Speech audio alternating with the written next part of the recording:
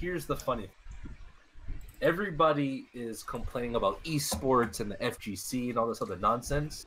You know who's eating the most in the FGC? Who's like a non-developer? Maximilian. Maximilian, dude. Mofo has not won a single tournament. You know so funny?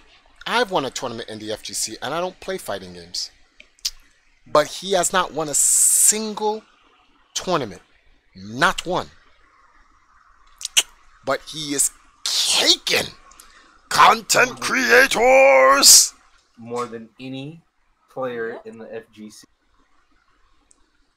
By just because he's doing the actual job, doing the work.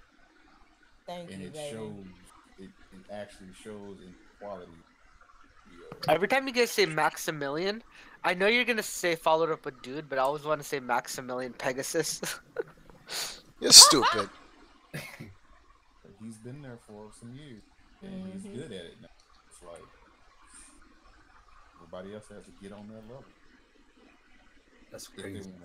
If they want to be as successful, it's not going to happen because these dudes who are the tournaments and sweating their balls off to fight against the competition to stay relevant, just can't keep it up. They, like TriForce said, dude's going to come back. He's going to try to compete on that level. He's going to burn out. Burn out again. Yep.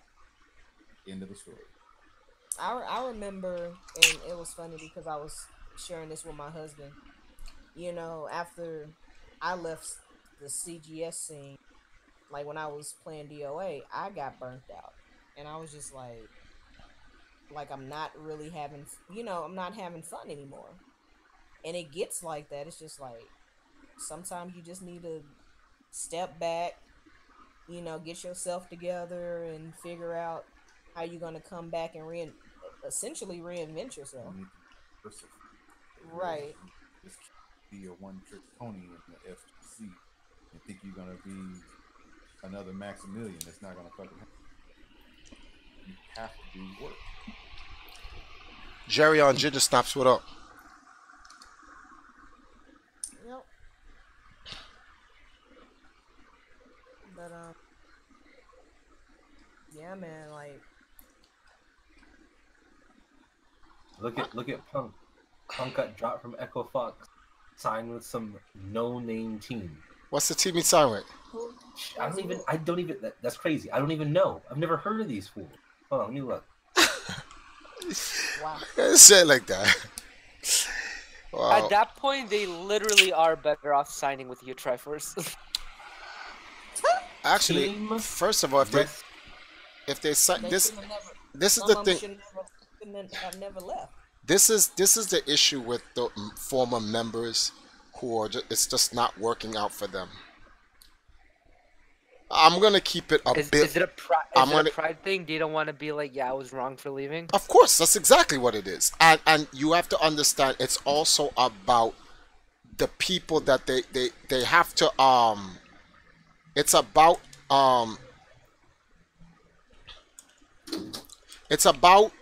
facing the community.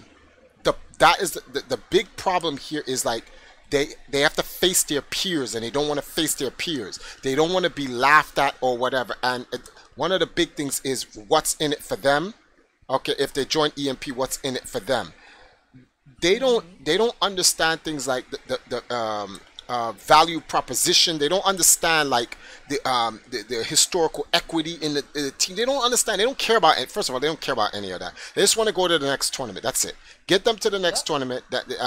That's all they care about. It's kind of funny because if you come back to the team, right, you have a legacy to work with the team. But then if they do that, people are gonna be like, why? They have to answer to their community. Why'd you rejoin them? That's stupid, man. You're never gonna get anywhere with what the hell with TriForce and blah blah. Let me show you some shit, right? I'm gonna show you something. The what's the name of this thing here? Reddit put in the FGC. There's a thread. You think I'm playing? Jiggin, can you look for this thread and please post it in the community Discord and also in the what's the name of this thing here? Red RCap or Reddit. What am I looking for? Yeah, you're looking for TriForce takes advantage of C&D, and that's the thread on our Kappa, and it says TriForce's latest victim. That's so pretty much there's Wow. pretty much what they're saying is that I met C&D on a Nintendo Switch line, and I'm taking advantage of him. Oh, hold on. Uh, Let me what? let me read it. Uh, This is the title. TriForce is up to it again. Now aiming for the newer, younger Nintendo crowd who don't know his past. And there's a bunch of links to a bunch of Reddit posts on the Smash Bros. They link the whole Knuckle Do thing. Let's see what else they link. TriForce is not to be trusted. Let's actually read what they say. His new target is C&D, Captain Nintendo Dude, who made a 30-day vlog series centering on the Nintendo Switch. TriForce let 19-year-old C&D stay with them for the month leading up to the Switch release in a series they titled Passing the Torch, where C&D will take TriForce's place in being the first person to wait and buy the Nintendo console. TriForce is using C&D's new fame to grab a younger crowd of gamers who don't know much about his history. This Hold on, let me just finish it. His problem is, despite all the great chances EMP had, parentheses, they had an MTV pilot, that's big, to really be at the front of esports or create a niche business of being really good talent scout. He let his massive ego and lack of patience run things. He couldn't let anyone else manage the business. He couldn't let anybody else manage the business side of things, which burned bridges with sponsors and spread him too thin. Additionally, he accidentally got hold on. He didn't want to compensate for travel. TriForce was essentially running a Ponzi scheme, which he used his exorbitant cut of his players' tournament winnings to finance the travel and salaries of other players. what the fuck? That's new. wow. I didn't know I did that. That one's new. All while promising better things in the future. The entire thing fell apart when Justin Wong left EMP for EG, and TriForce didn't have enough liquid cash to keep up the fiction that any sort of partnership with EMP could be lucrative. The money he says he's owed comes from players who left his organization when the truth about his practices come out, as well as from sponsors who had tentatively indicated they were interested in working with him, only to pull out when all this came to light. Trust me when I say I know whereof I speak. No professional player who is interested in being paid in a timely manner or receiving transportation to and from events as per contract should go anywhere close to that man. What contract are they talking about? That's the main thing, right? Everything he said would be right if he didn't add the contract part. Like the contract is what makes his entire thing valid. Hold on, it's almost done.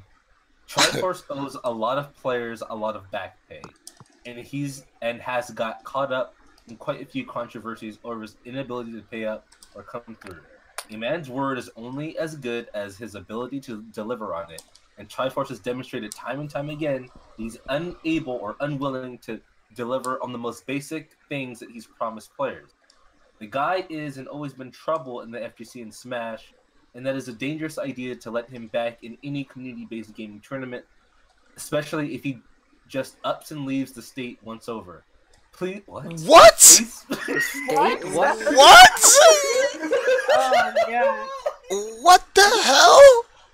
Who wrote this?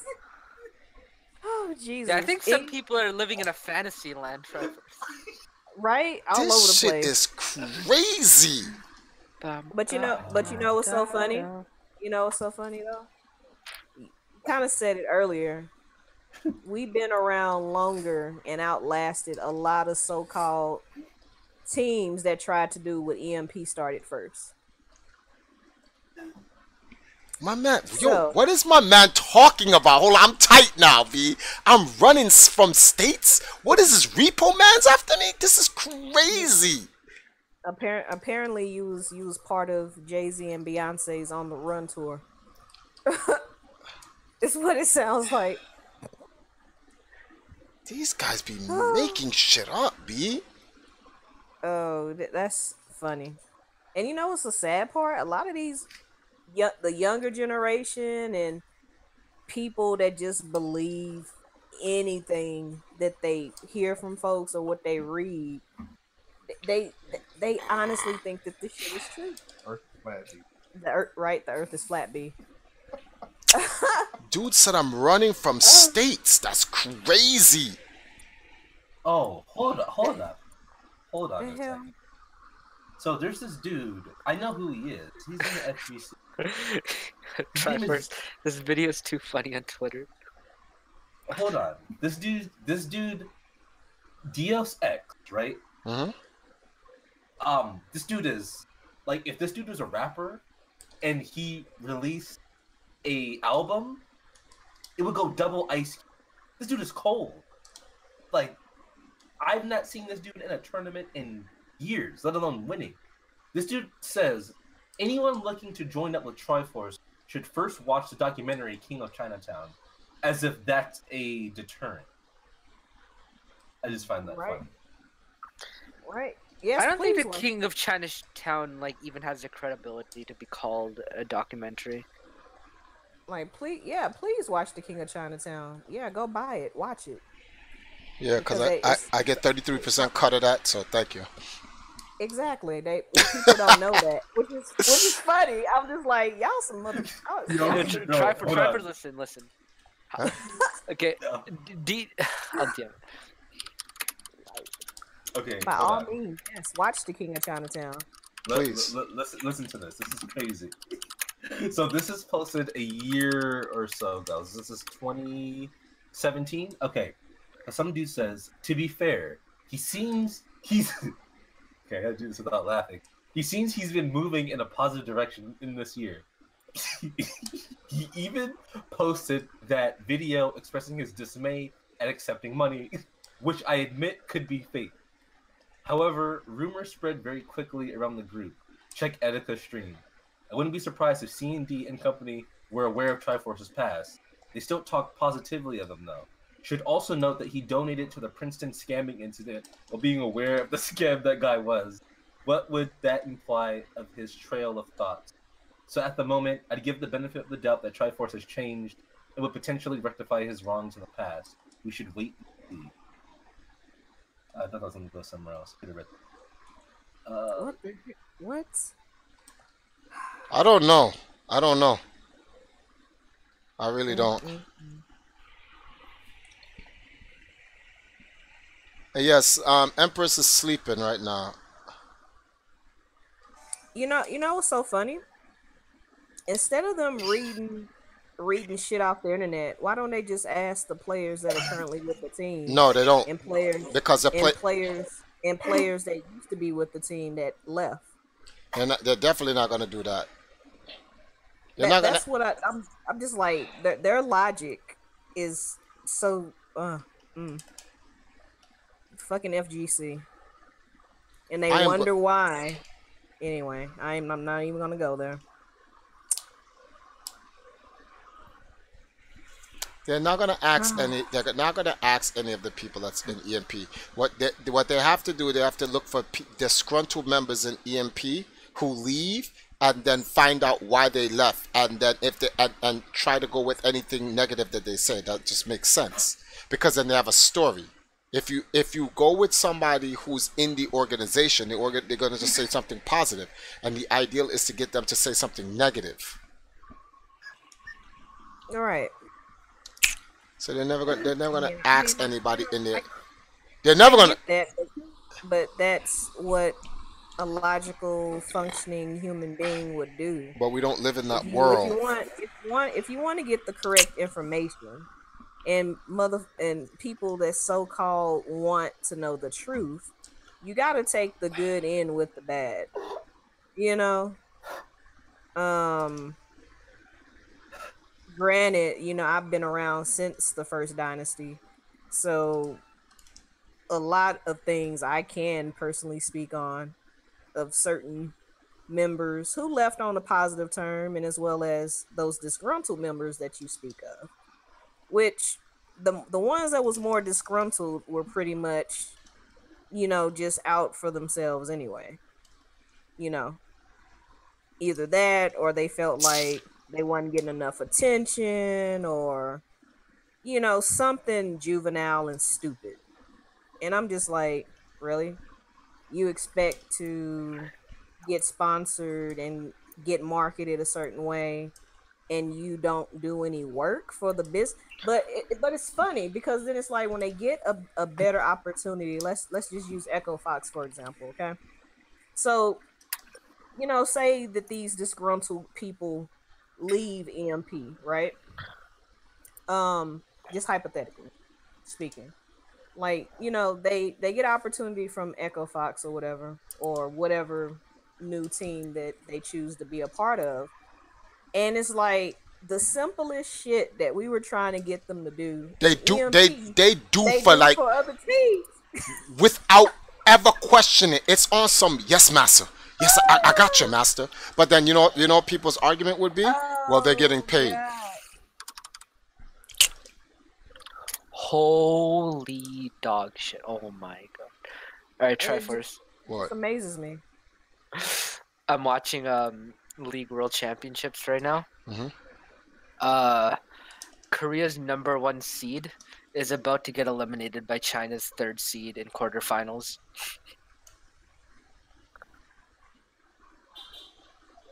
Oh, that's crazy. Yeah, happened. Oh, I found the infamous post. I found it. What, the Tampa Bison one? No, the ISIS one.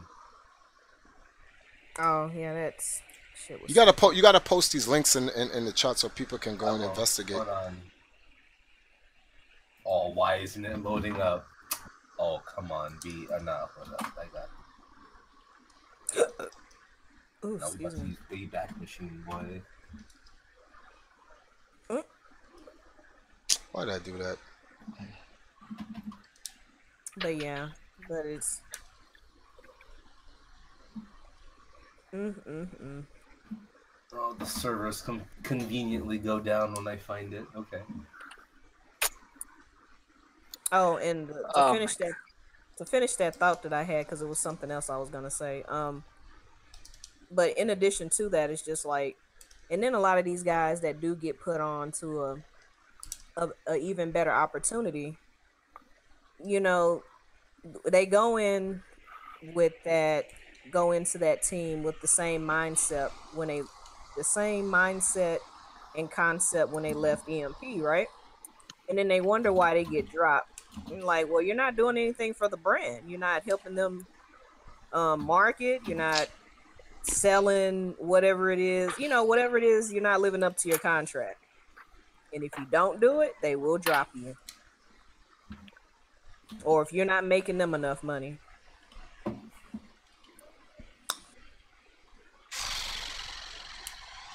Yup. That's how it works. Crazy.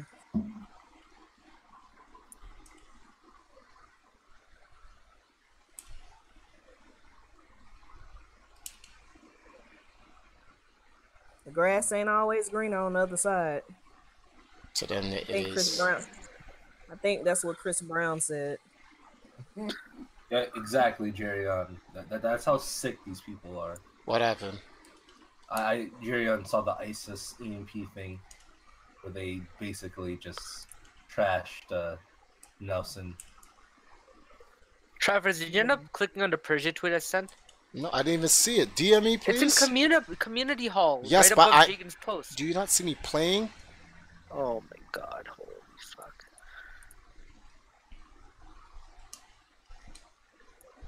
Here you go. Oh, that video was so funny though. My man literally had salt in his hands ready to throw it. And then TriForce is just fucking holding the camera, just watching this go down. The foolishness. But those are some of the good old days. I got that tweet.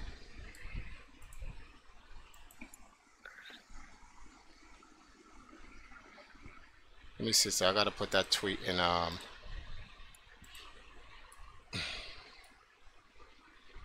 me see what she said.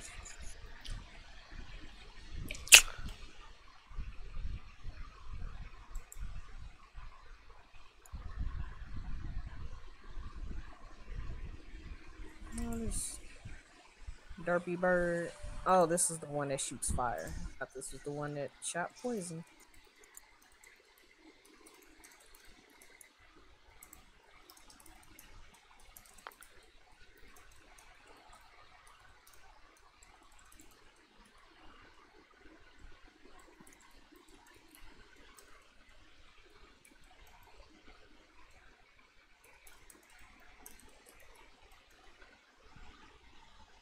What's in there? Oh, hold on. Oh, see, look at the conspiracy. Look at the stuff that's happening behind the scenes, right? So I found an old R Kappa thread, right? When Yipes left the organization. Yeah. Somebody goes, it all started with the Steamco conspiracy. Congratulations, Steamco. We love you. The guy who owns it goes, heart emoticon. We love you too. This goes for all of our Kappa. The guy responds and says, serious question. Are you guys going to teach / help Sanford how to build a marketable identity? And let me just interject saying that he's going to have a marketable identity with a fucking vaping company. Anyway, it's not within your obligations or anything to do so. It would be nice to if Sanford became someone who could self-support even after your relationship with him ended. The dude says, there will be a lot covered under the sponsorship umbrella. Can't really get into the logistics. I'm sure you understand. You're obviously a smart guy. Yeah. And In what other did it end up words- doing for Sanford? Not a damn thing. Oh, they give him a purple shirt though. That got me killed.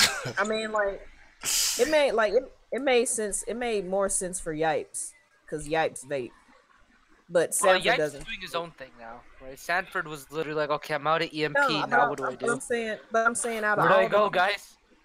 I'm saying out of all the people that, I mean, okay, like, for example, me, Sash, and the girls that are in Jamaica, we do our exercising, exer gaming.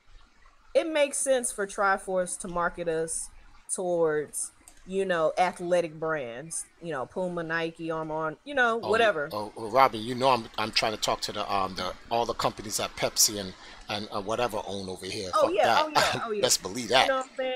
We gotta Gatorade, get them Powerade, vitamin water. like You know yo, what we I'm gotta saying? get back in there, B. Right. So you got to look at it from a logistics standpoint that makes sense.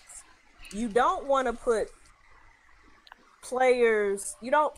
Sanford wasn't good marketing as far as vaping. He doesn't smoke. What does he know about vaping? CD Junior, yeah, he smoked. Yipes, he vaped. So it made sense to market them, Steamco wise. But Sanford, no. I was an active viewer of FGC tournaments weekly. 99% of the players, I don't even know who sponsors them. That's how little product gets pushed. And that's crazy. Yo, when I get back from Wakanda, B, it is such a rat, B. Yo, I hope so. It is so fucking done. Let's This shit is gonna be Gaddafi type shit, B. Niggas gonna be like, yo, we gotta murder this nigga. This nigga's got to go. Like, I mean, hopefully it's like that, with like just a little bit less on the murdering side.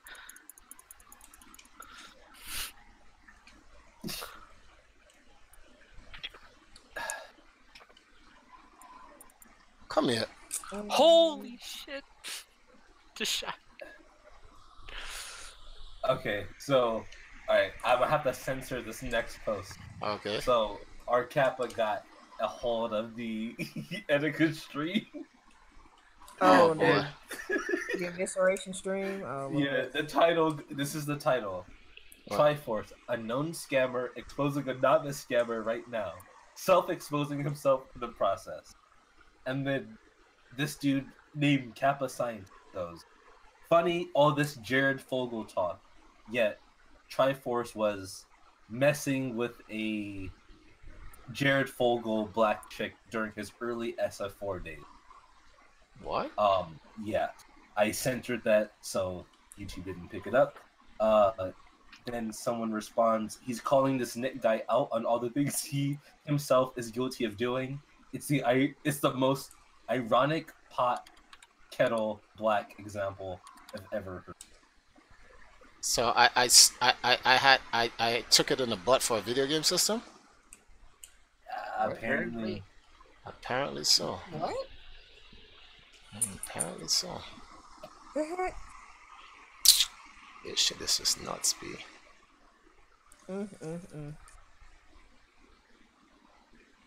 I didn't know that you rode that way. Apparently so. You learn something new about a guy every day.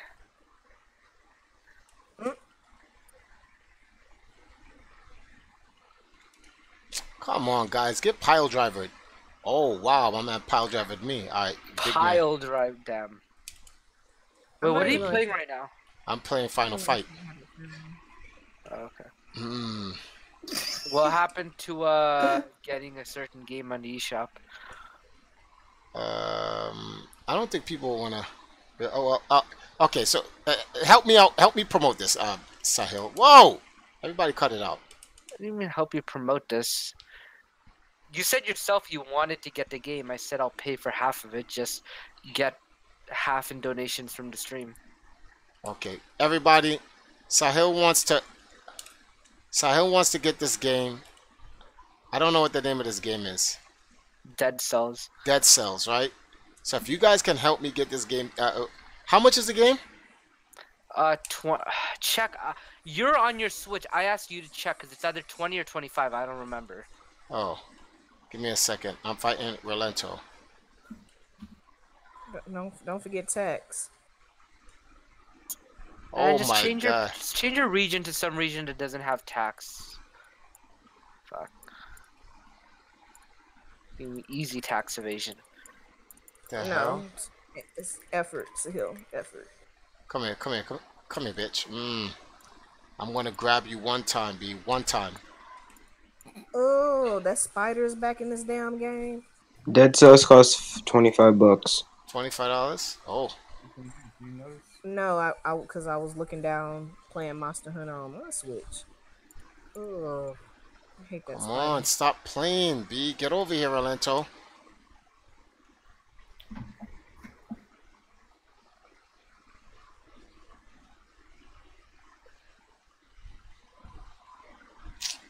You really gonna do this all day? Just get grabbed.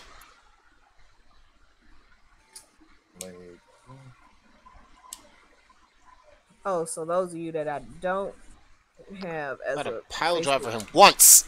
as a Facebook friend, Sano. This was probably my last Sano appointment. Like, Oh, it is? I think it might be. If I don't give birth between now and the 30th. So currently right now our son is like 7 pounds 11 ounces. Yep. He only has like a little bit more space off in there, so I just kind of hope and pray I don't give birth to him on Halloween, because I'm gonna be like, I'm gonna be like, Why didn't you want him on Halloween? I don't want a Halloween baby. What's wrong with a Halloween baby? What do you mean? Don't ask stupid questions, okay? No. What do you mean, stupid? My mom's birthday's on Halloween. Oh, well, that explains everything. Damn. You think if you're born on Halloween, there's gonna be some spawn of Satan coming out? Pretty much. You said it, not me. I mean, my mom's fine, but I wasn't talking. It's not your mother that's the problem. I She's. wasn't born. My mom was born on Halloween. I wasn't the one born on Halloween. You said you think if someone's born on Halloween, they're gonna spawn Satan. Yes, and so your mother spawned So he Satan. spawned you. He could read between lines. Like, Heaven to hell. Why did you leave yourself open for that? Anyway. oh my god. I'm gonna pile driver the shit out of you guys. Oh yeah. That was too easy. Oh my goodness. But now like I really don't care. So my mom thinks he'll be here on the 28th. And I'm like, maybe. But if not, I'm be like, yeah, I'm gonna hold this baby in until November 1st.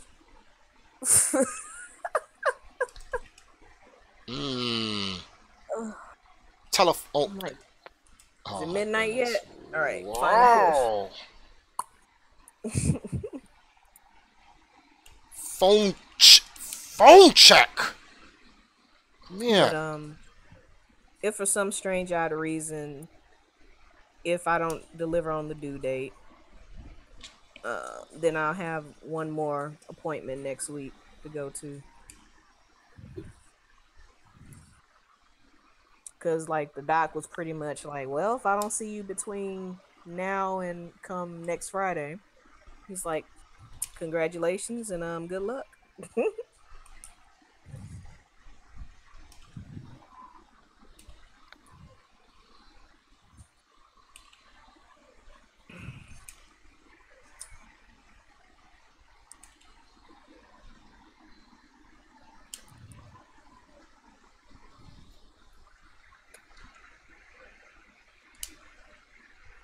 Yo, I think I'm gonna hit that 3 million mark. Ouch. I'm just gonna pile driver everyone. Giggity?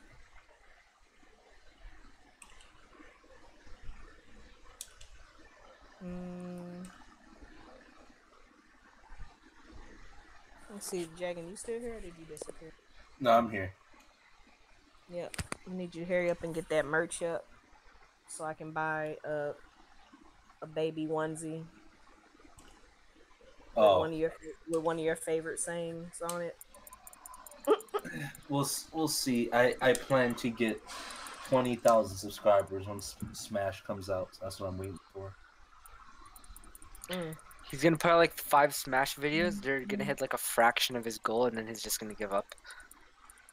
Nah, I gotta make the money back on my Elgato.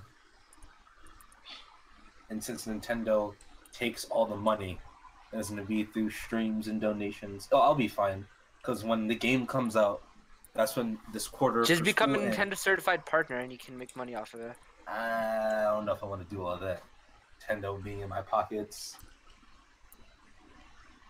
Hey, Reggie pays well, I heard. TriForce can attest to that. Reggie. Wow.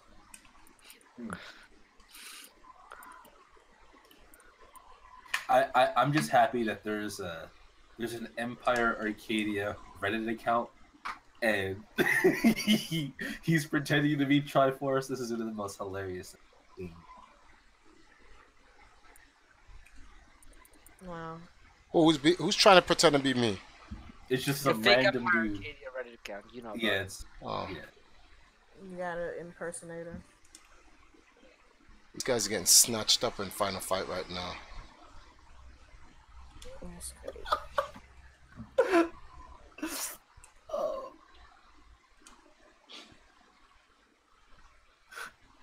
Slider, Felon Rider.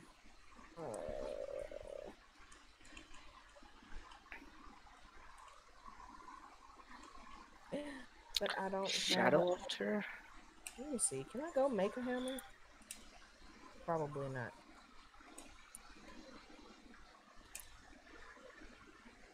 Sahil, do you have Monster Hunter on the Switch? No, I don't. Why? Do you have it? What's up, Robin, if you need help, I plan on getting it soon. What are you laughing about? What the fuck is going on? I'm posting the community. This is just. I want TriForce to listen to that. All right, I'm gonna go read it. Cause you look like you're getting a good laugh. Okay. No, it's a video. It's a video of you on Long Island Joe's show a couple years. Oh, real talk. Yeah, Oh, I remember that. Is it one? Wait a minute. Is it one of the ones where he literally had that vein coming out his forehead? Oh, No, this is something it's just the 228. real talk. All right, so okay, so guys, I'm sorry, I haven't been keeping up in the chat.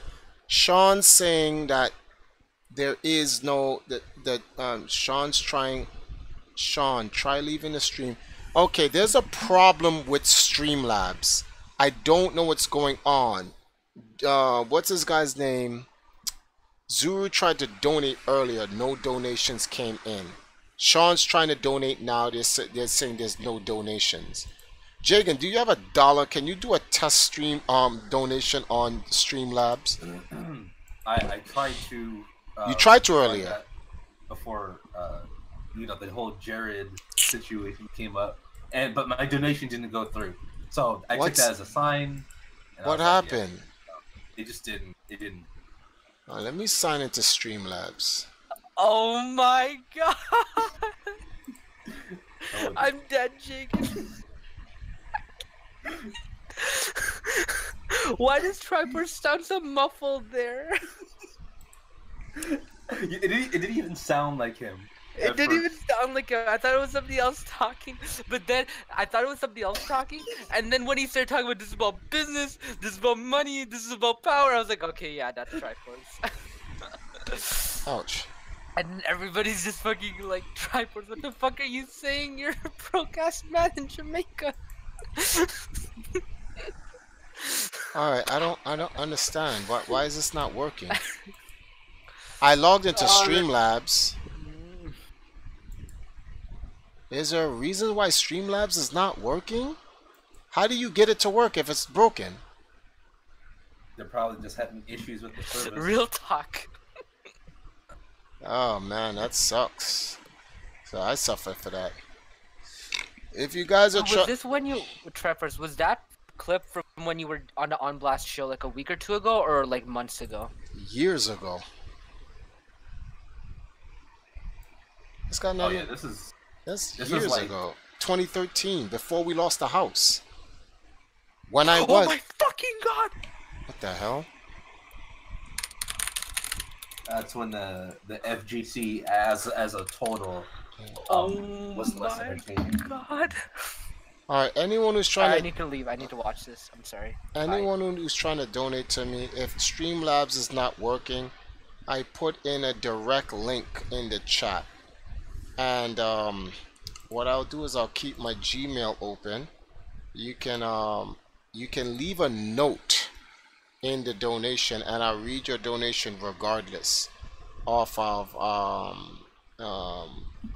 PayPal rather than that.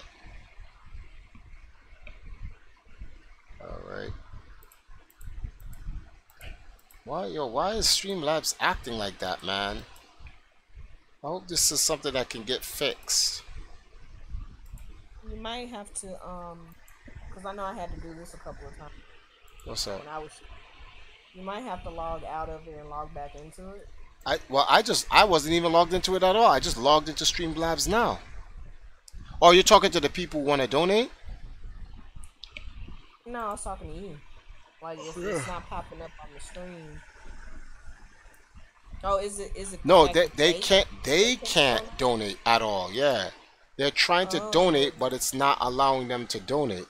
So it could be it's either Streamlabs is acting up, or it could be one of the cells who's like, yo, let's just kill TriForce's finances, stop all donations. Wow. Let me see. I'll try it again because I have to go to bed soon anyway.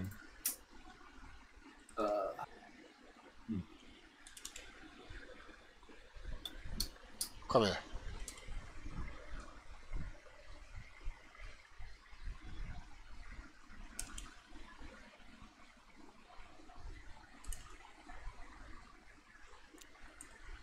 TriForce. Yeah. You saw what Anna said, right? He said Sean in chat says Streamlabs is acting up. He's unable to donate. Yeah, that's what we was talking about this whole time. Oh no, I was gone because I was Ah, like, insane shit is happening in League right now. Yeah, it's yeah, like if you go to Streamlabs or it's on Streamlabs and like they're having issues. Hopefully no one's trying to like DDoS or something. first YouTube, now Streamlabs.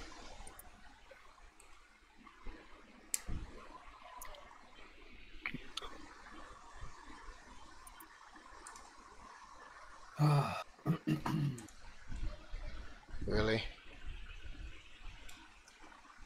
Come here. Do the garbage can with you.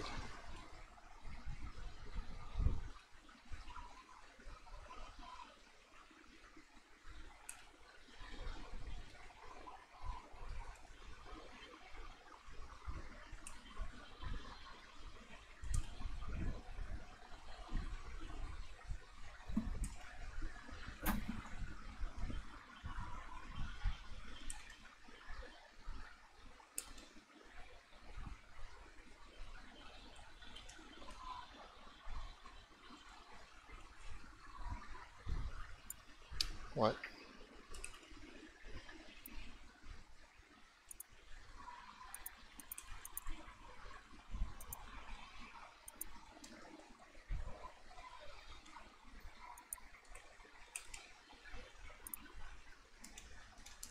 Hmm.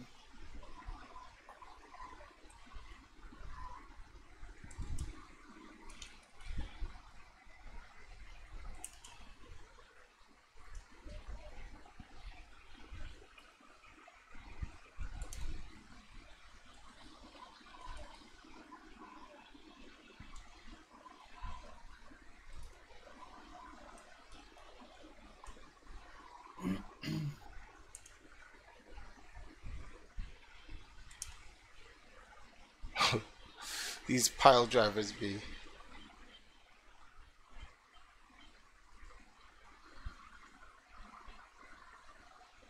Come here.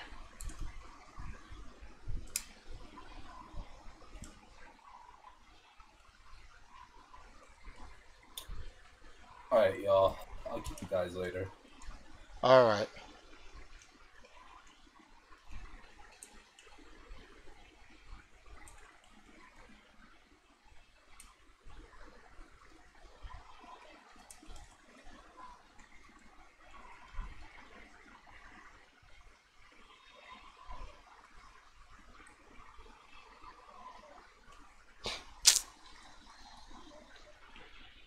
Okay. Later, Jagan.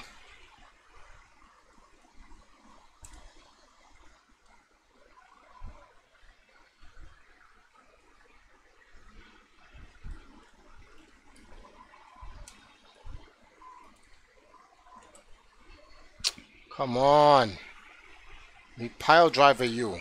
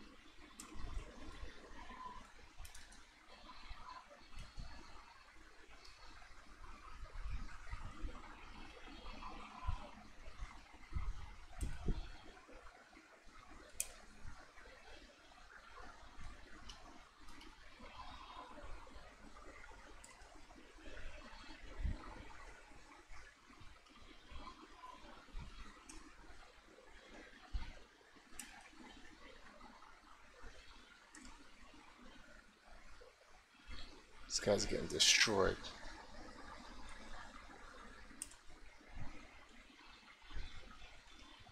Come on, guys. Take your pile drivers. No problem. I don't mind that. Come here.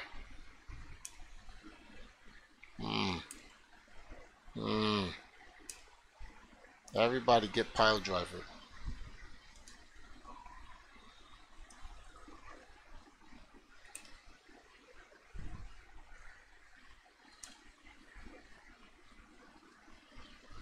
Come here. Where you running? Where you running to? Get over here. Oh, really? Straight throw me up like that, boy? Oh, really? Just fling me up in the air like that? Come here, come here, come here, big boy. Oh, you just lift me. Just lift me, right? Mind your neck, B. I ain't talking to you. What? Okay, okay, okay. Come here. Come here, big boy. Upsy daisy. Upsy daisy. Come here. Oh, really? Come here. Come here, Abigail. Come here. That's really good. What? Oh, really? Oh, okay. Alright, alright.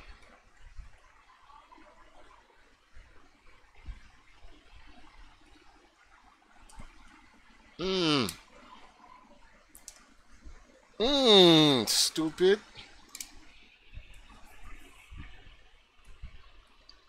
Everyone went, oh, Sahel and Jagan left.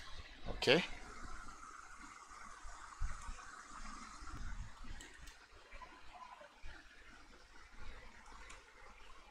Oh my goodness.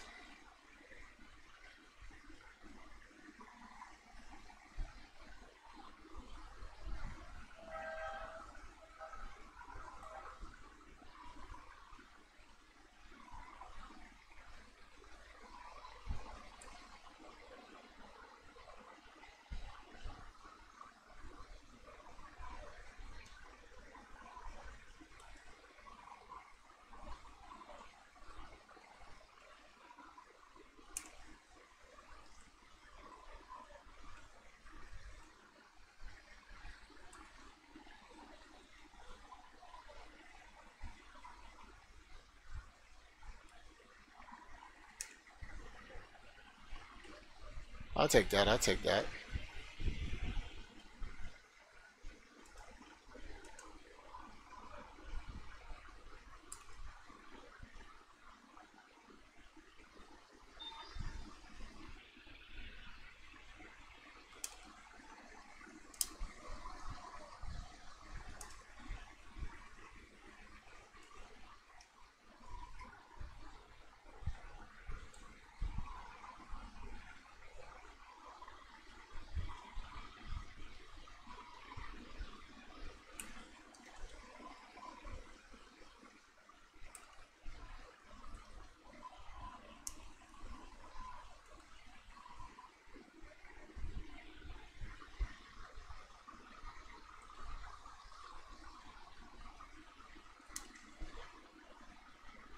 Yo, these guys be dying in a funny way, man. Where's my daughter? Let me check the chat. Alright. Use a direct link or lunch over. The link works, but after confirming on PayPal, you aren't taken back to Streamlabs and the payment doesn't go through. I'll use the direct link. Okay, thank you, Sean. Holy F, I used it. Holy F, it used to be more simple to donate. Sorry, give me like 7 minutes.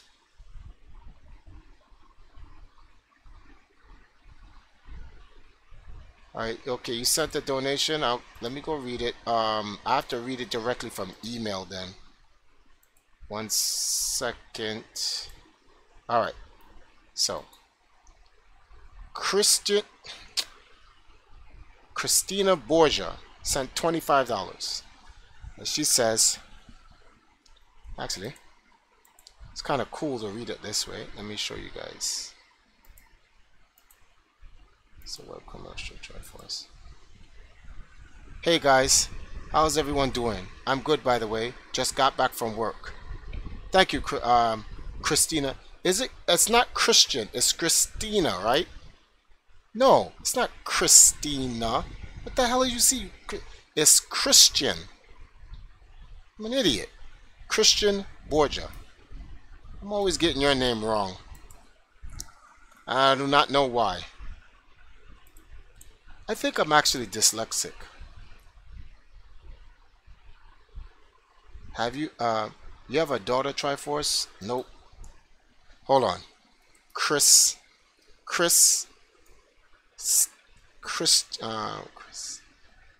Wait, what?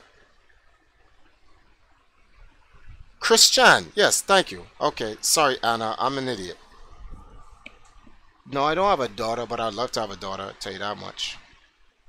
Yeah, guys, Streamlabs is messed up right now, so the only way I can do is when you make a donation, I'll have to just literally show you the email where you leave the, because when you make a donation directly on PayPal, it'll show you like what's actually set.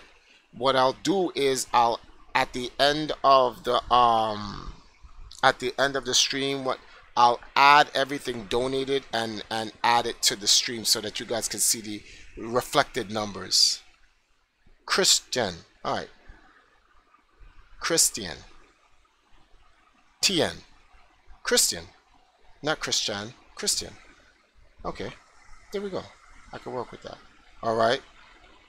Now I'm going to go save my daughter. Let's go, Hagar. What the hell? Did I just let these guys... What? You guys don't want this smoke. Come here. Mind your neck.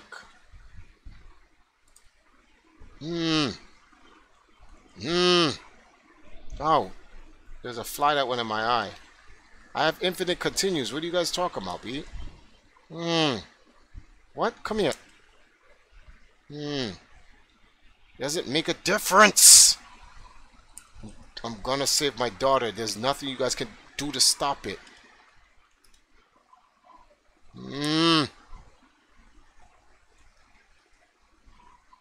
Come here.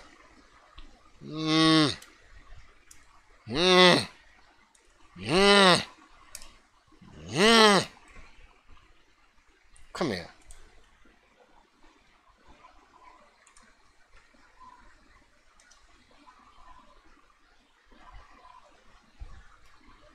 Really? Y'all want to play this game? This is the type of game we're playing? What? Come on.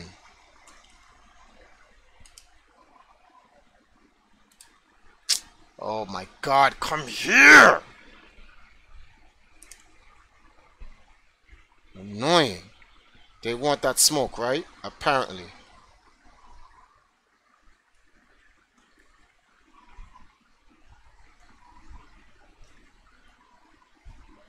Alright. Okay. I wanted to pile driver you on your mans. Come here. Oh my God, that was on top of your man's head. Oh, you were so lucky. Did someone say TN? Not really. Oh, he got snatched up. Oh, he got snatched. Snatchies.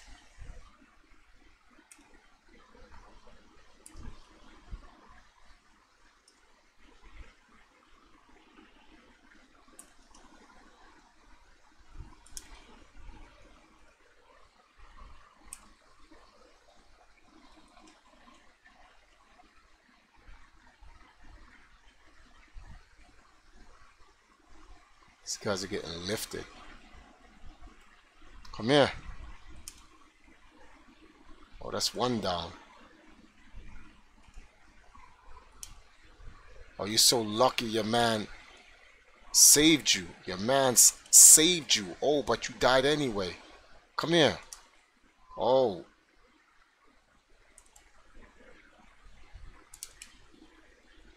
Oh my goodness. What? You're alive? Snatchies. Snatched them.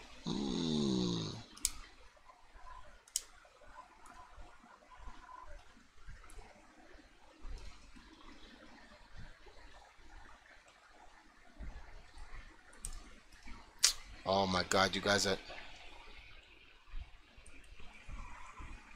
Come here. Get snatched. Come here, get snatched. Yo, my man, I am snatching you.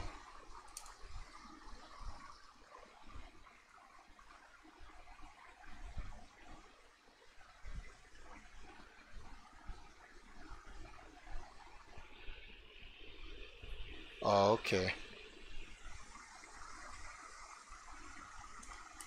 Oh my goodness. Yo, this is crazy. On your neck. Stupid. Stupid. Alright, alright, alright, alright. Uh-huh. Stupid. Stupid. It's not gonna save any of you. You're still gonna die. It doesn't make a difference, dog. It doesn't make a difference.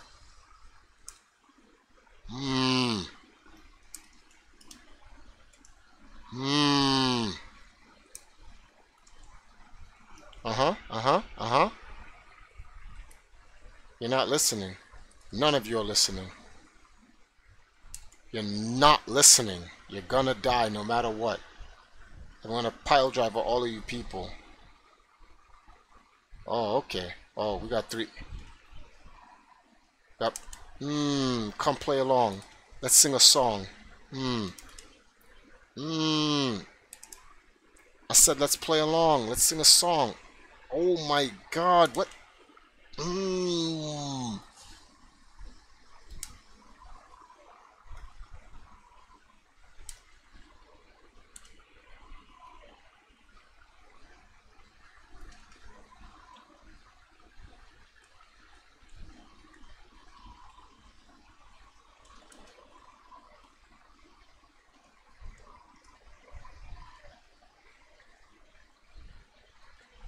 Okay.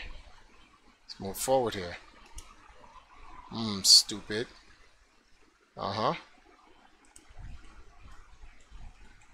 Let me snatch him up. You next. Come here, get snatched up. Okay, okay, okay, okay. What's up?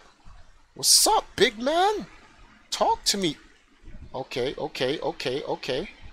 Let's go. Let's go. What's up? What's up? What's up now, partner? Get big. Get big. Get big. You don't want that.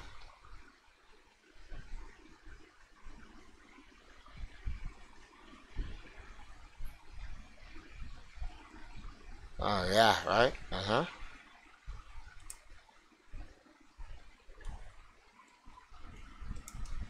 All right.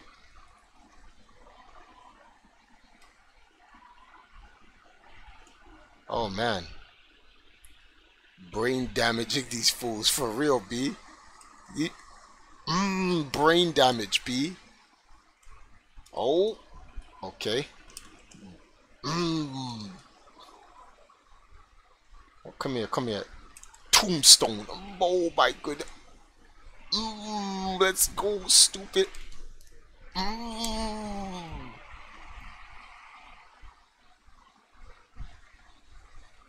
Oh. Okay, okay, okay, okay. Uh-oh, uh-oh. You just endangered your friend. Here. You guys. Oh my God. Oh, no. Oh, wait a minute, wait a minute. Hold on.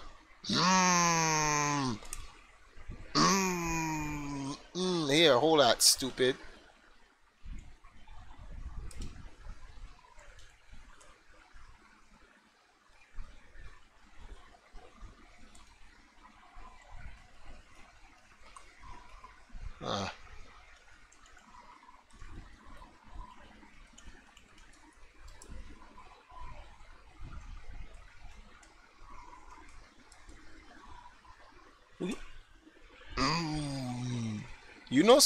so funny about this? Look at these guys. If you notice them, they bounce. They bounce off the floor. This is like these guys are bouncing off of concrete. Look at it. Look at their head. Look. They're bouncing.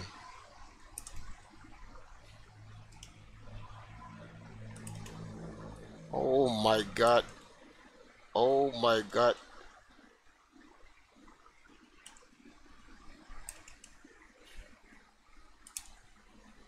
That guy bounced. He bounced back into the. Hold on for a second. Concussions all day. I just want to. I gotta check the stream. Yeah. I just gotta check every now and then just to make sure. So if anyone makes any donations, if you make a donation and I'll read it out. Just let me know that you've actually done it. And thank you, Christian. Let's see something. All right. Wait a minute. I know. Back in the day when arcades didn't know what physics were. Brain damage in these pogo sticks. Yo, actually, there you go, Christian. These guys are pogo sticks. Okay, who's my next pogo stick?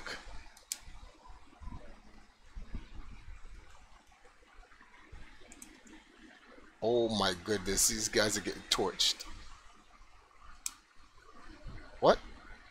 Okay. So who's the first victim? Come on. Who's my pogo stick? I want to have fun. These guys are dying in one hit? Come on, man. No!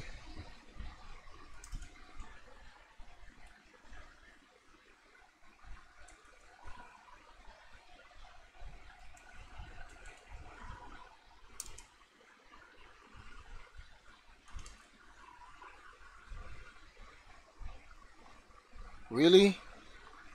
Pogo stick.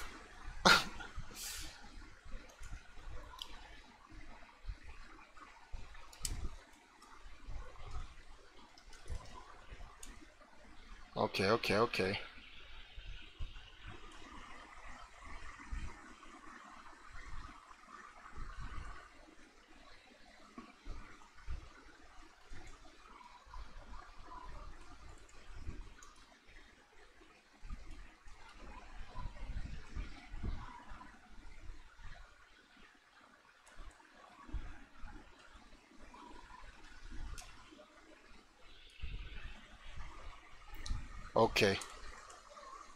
Oh my god, that was crazy how many people got pile driven off that man. Here. Stupid. Here, take back your knife. Come here. You good? Stupid. Where's my daughter? Not playing no more games with you guys. This is mad disrespectful. Come out here kidnapping my daughter. You think this is a game? I will kill you people. Oh, wait, where we go? Stupid. Come here. Get off my daughter, stupid. I will pile. Boy, come here. What? Oh, you so lucky, boy. Oh my god. Don't worry, Jessica. I got you. Okay. Yeah, don't worry about it. Alright. Stupid. Break that. Come here. Where's big man? Stupid. Stupid. Oh. Come here. Come here. Stupid. Stupid. Oh, you're so lucky. Alright, Come here, come here, come here.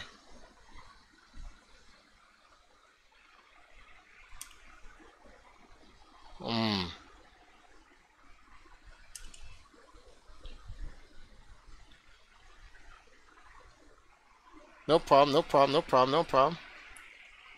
Alright. Oh, you lucky. A gorilla pressed it. I should have drop kicked him out of the window.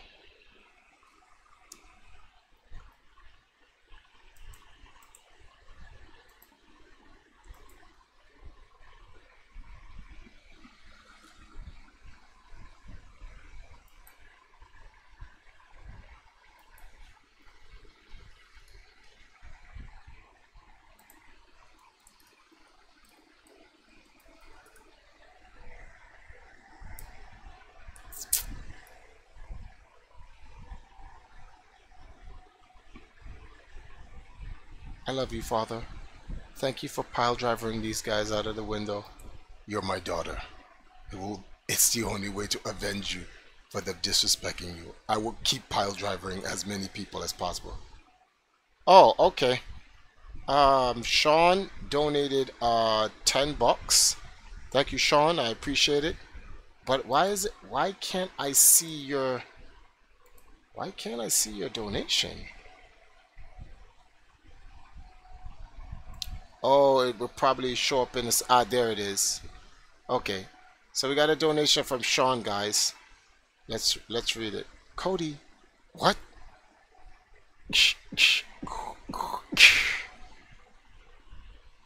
All right, guys.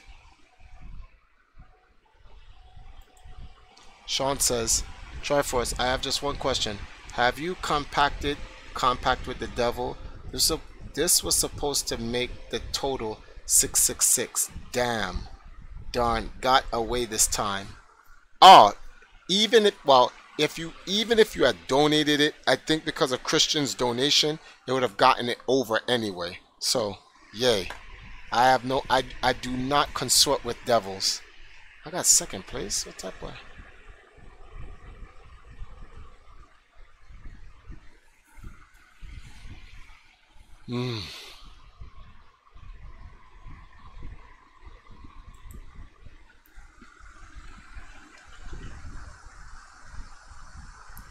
Alright guys, I tell you what, this is what we're gonna do.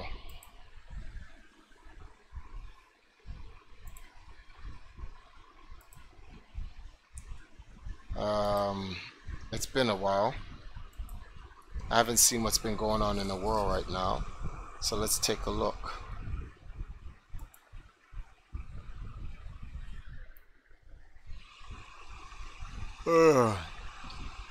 Oh, so he is confirmed dead. That's crazy. 6 hours ago. Let's just watch this real quick.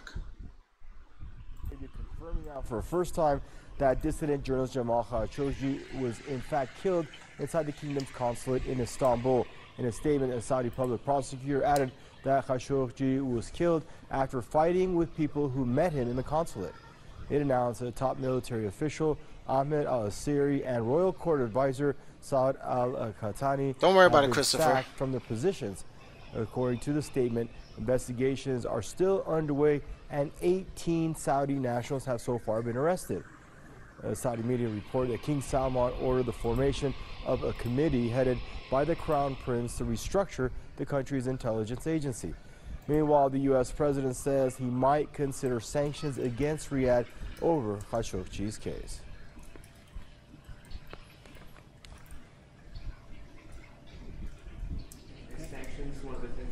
Could be. We're going to find out. We're going to find out who knew what, when, and where. And we'll figure it out. Okay. Any other questions? Donald Trump added he'll consult with Congress about the issue. He, however, noted that he wants Congress to take Saudi orders from the U.S. and its investments in the country into account before making any decisions. Comments come as Turkey says it's widening its inspection of Khashoggi's case by searching a forest near Istanbul. Turkish media report that employees of Saudi Arabia's consulate in Istanbul have given testimonies at the Turkish prosecutor's office as another part of this investigation. It says laugh Trump. Joining us now is Mr. Nasir Al-Omari, author and political commentator. Hello, Mr. Al-Omari. Doctor, thanks for joining us back on the program, sir. Your thoughts now on Riyadh finally fessing up to Khashoggi's killing? Yeah, the announcement is extremely important. This is the admission that the world has been waiting for. At least we can put this out of the way now, so we know that there was a murder in the consulate. Now, the more difficult questions have to be answered.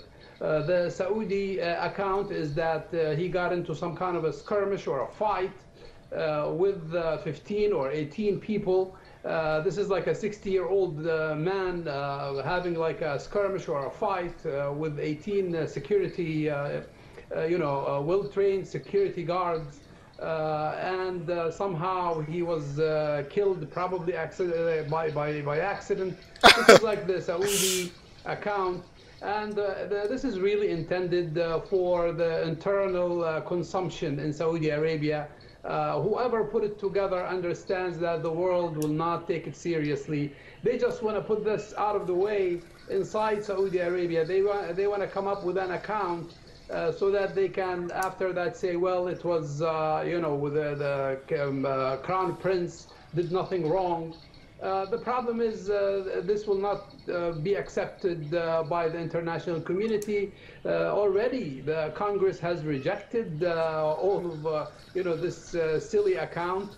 No, this is news. They won't show anything graphic. And there are serious problems with this account. So if somebody gets killed, by mistake, why would you, cut them up according to the Turkish account, Turkish intelligence and investigations? Wow, why would you get rid of the body if this was an innocent, unfortunate accident? So this doesn't make any sense. This is intended, to move the story along and to get it away from, get the Crown Prince from under the spotlight. Unfortunately, I think this silly story will backfire, and already in the United States and the American media, already they are poking holes in this story, and this really made things worse for the Saudis. And Dr. Omari, what about the plausibility of Riyadh?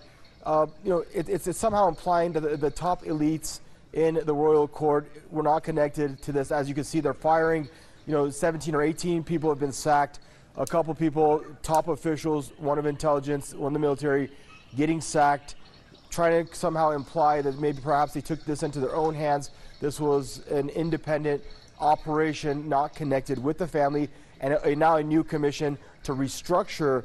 King Salman has, appointed Mohammed bin Salman to restructure the intelligence apparatus. Is the man to do it? We have critics outside of Riyadh saying it's MBS himself who needs to be restructured and not the intelligence agency. That's right. And any child in Saudi Arabia would tell you that nothing moves in Saudi Arabia, not even at a lower level. Nothing moves without the approval of Crown Prince himself. So he wanted full power. Now he will have to take full responsibility, and that is what the Saudi regime is not good at. They don't like to take responsibility for things. And putting aside the unfortunate death of Mr. Khashoggi, who I believe will get justice somehow. Putting all of that aside, this story has revealed what critics have been saying about this Saudi regime for years. They have been saying this regime is the source of trouble in the Middle East. They are the source of 9/11. They are the source of the trouble in the region since 2011 and beyond. And now the world is seeing an example, almost like a full example of, with the saws and cutting up people, ISIS style. Crown Prince has given the world a taste of what it is to be, a Saudi official. And I believe that the world has taken notice, and the damage will be very hard to control for the Saudi regime. But what's different with Khashoggi's case? You're saying now the world has seen, but didn't the world see a month back when 40 kids were killed, they were inside that bus in Yemen's Sa'da province. They were bombed by a Saudi coalition airplane, and then Riyadh justified that bombing. You very well know the weddings, the funerals, the hospitals, the UN shelters in Yemen, the 2/3 of the population on the brink of famine, living on one meal a day. How is none of that evidence, and now Khashoggi is evidence of Riyadh's brutality? Obviously, 20 children are also, a catastrophe. The thing about Mr. Khashoggi's unfortunate death is that this man walked into the conflict. He wasn't involved in a war like Yemen. The Saudis could not have, could have like made up stories about Yemen. They could say something like, this bus is part of whatever, like part of the war, or these are not really school children. They could make up stories. The problem with this story is that it captured the essence of the Saudi regime, and that is to go after innocent people. This, Mr. Khashoggi was not a terrorist. He was not like a head of a gang. He was well known in the United States, and that helped to internationalize his story. But the fact that you walk into your own country's consulate and you get chopped up, that captured the imagination of the people around the world. And that is not to say that what happened to kids in Yemen or in other places is not important. But the media ran away with the story because it was so egregious, it was so clear, it was uncalled for, it was in cold blood, and it involved an element of theater. This is like a crown prince trying to kill off all of his enemies. So that captured the imagination of people. But the good news is that will shed light on the other crimes and atrocities that the Saudi regime has committed, including the starvation of the Yemeni people, including the blockade against Qatar, including what's happening in Bahrain, the oppression of the Bahraini people. The death of the Khashoggi has shed light on the criminals in the criminal regime in Saudi Arabia. And in that sense, I guess Mr. Khashoggi did not die in vain. I want to thank you for joining us and your perspective. Dr. Nasir Al-Omari, author and political commentator there, joining us out of New York.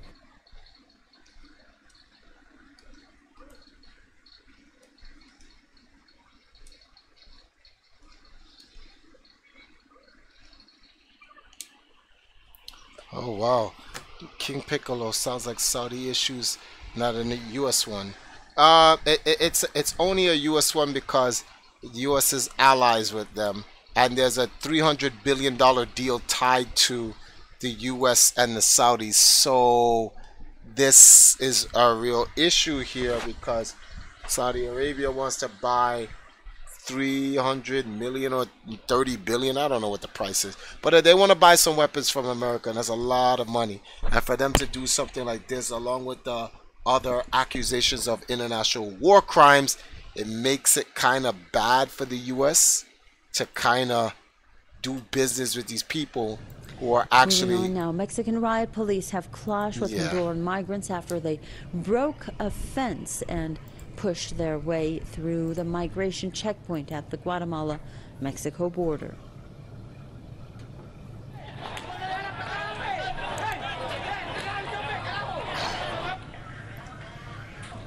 The police used pepper spray to block the migrants from entering Mexico and arrested a member of them. However, dozens of migrants managed to push their way through the borderline. The violence broke out after various caravans of migrants gathered at the Guatemala-Mexico border. The migrants hope they can obtain transit visas to proceed to the United States or seek asylum in Mexico.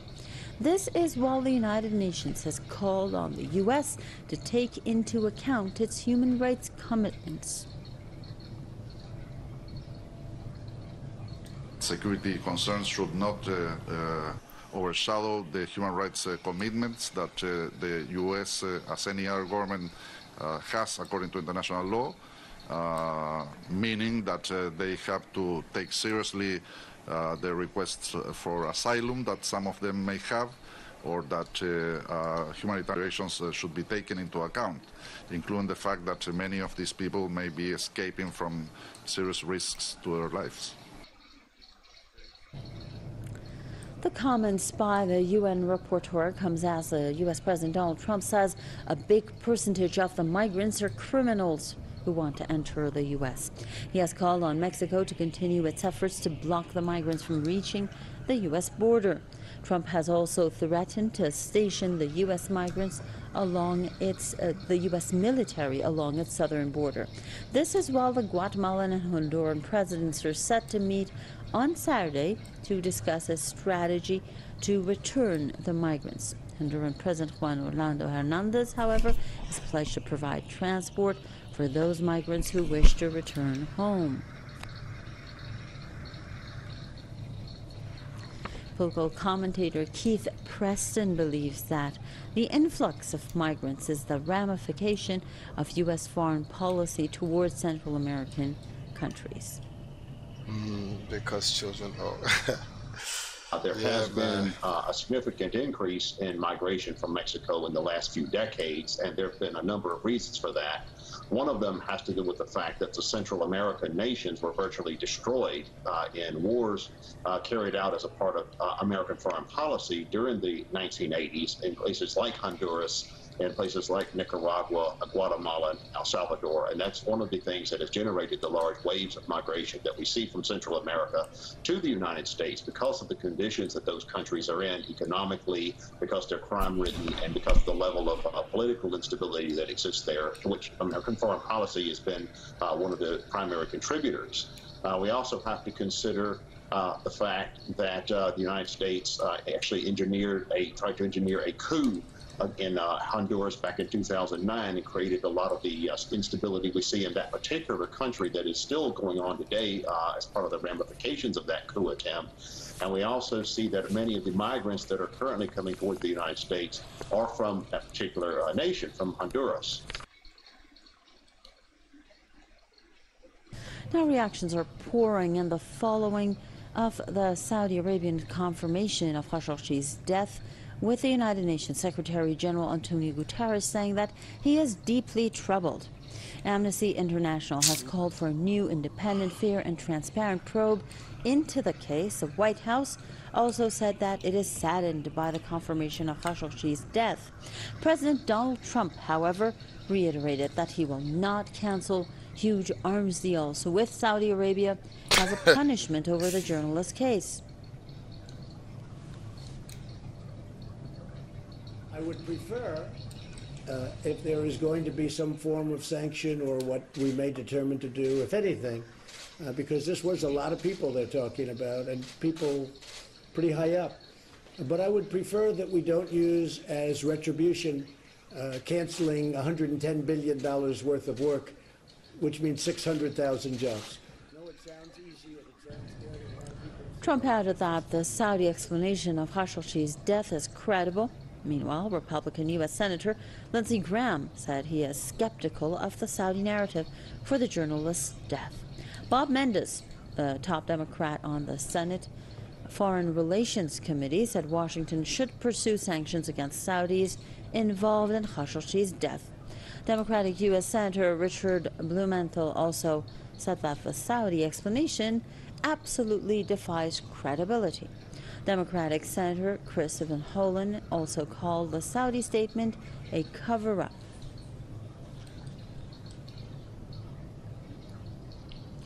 Political commentator Colin Campbell says the death of the Saudi journalist Jamal Khashoggi will not affect the ties between Trump and Riyadh. The U.S. hasn't said anything about these other murders, so now suddenly the U.S. Congress, certain members of the U.S. Congress are up in arms about Saudi Arabia killing someone. But look who's leading it. You have the Republican Lindsey Graham, Jeff Flake. You have Democrat, the former CIA director, John Brennan, and others. These are all people who have been against Trump in the last year and a half. So they're trying to put Donald Trump into a bind to act, to do something before the midterm election to sever his ties with Saudi Arabia. But he's the president of the United States now, and he's the one receiving all the largesse, all of the multi-million dollars that traditionally comes from this honeypot in Saudi Arabia. Boy, corruption. The Bali Safari Park is one of the most popular tourist attractions in Indonesia. It is home to over 60 species of animals from Indonesia, Africa, and India. Visitors from all across the globe have come here to experience the real wildlife and also enjoy feeding the animals. Like it's very different. It's you feel like you're in real jungle, as if you're in movies or something, which is really good. You can see lots of animals, very exciting, very nice. One of the key attractions of the park is the safari ride, where visitors are taken into the wild with a special bus. Participants got the chance to get close to different types of animals, such as the Sumatran elephant, Sumatran tiger, white tiger, leopard, hippo, and orangutan. It was different, very different to Australia, yes. Yes, and the wild never been so close before, yeah. We love the safari park! Another fascinating event that really caught my attention was the elephant show. These huge mammals could dance, play games, and even swim. Okay, now the beautiful ladies waiting for you, Dela. 1, 2, and 3. This safari park has more than 1,000 animals, and it has won both the 2017 and 2018 Tourism Awards. Farid Dovarzani, Press TV, Bali.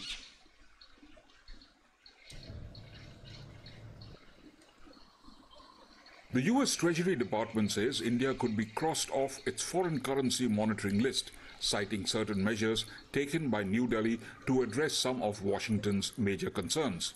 But the Treasury's latest report on macroeconomic and foreign exchange policies of major trading partners of the US showed a worsening of India's current account deficit and a decrease in its foreign exchange reserves. This took place because investors pulled portfolio capital out of India over the first half of 2018. In its semi-annual report to Congress, the US Treasury Department also observed that the rupee devalued by around 7% against the dollar and by more than 4% on a real effective basis in the same period. The goods exchange deficit also widened to 6.4% of GDP as a result of rising oil prices. What America is telling India, your country is selling dollars, more than what it should, according to the US. Your central bank and apex monetary authority, the Reserve Bank of India, is doing that. Your current account deficit, your trade deficit vis-a-vis America is growing up.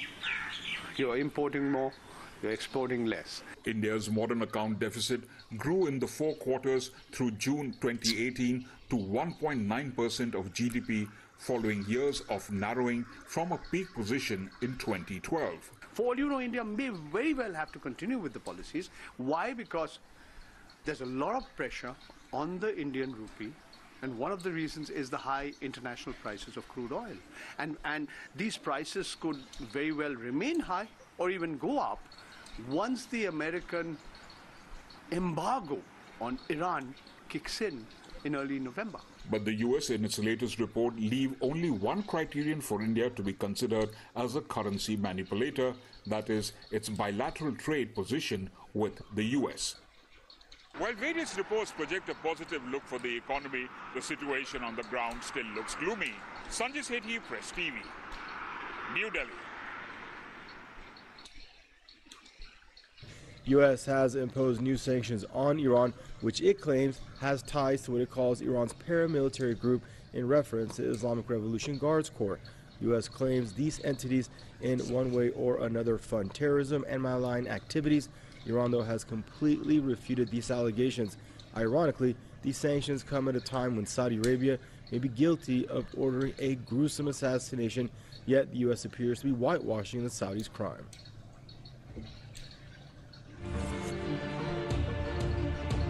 Hold on, guys. Oh my God! Unrelenting. Are you guys watching these? Path. The U.S. is proving openly hostile against the Iranian people.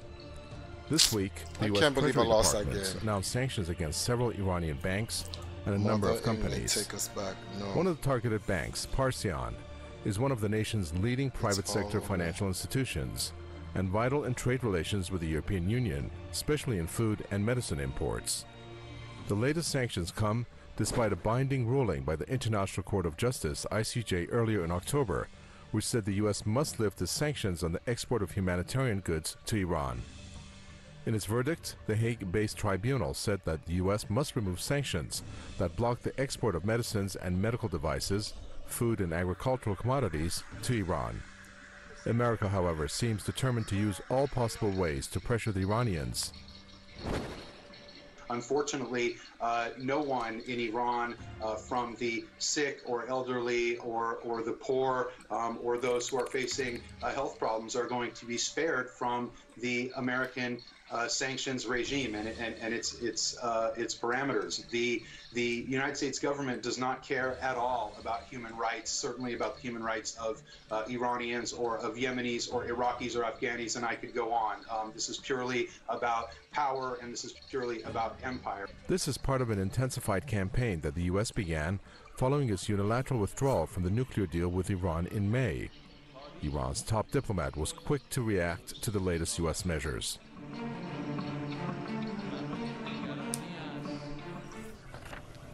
Iran's foreign minister has slammed the new U.S. sanctions against Tehran.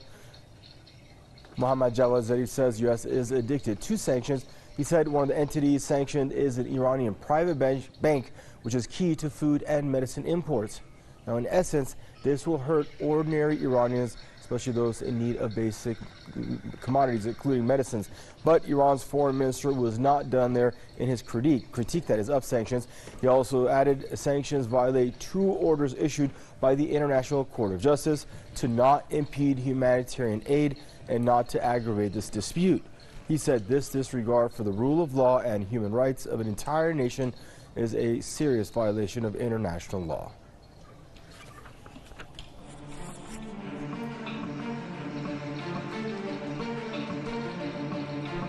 Iran's Foreign Minister Mohammad Javad Zarif took to Twitter on Wednesday, calling the new economic sanctions a disregard for the human rights of all Iranians.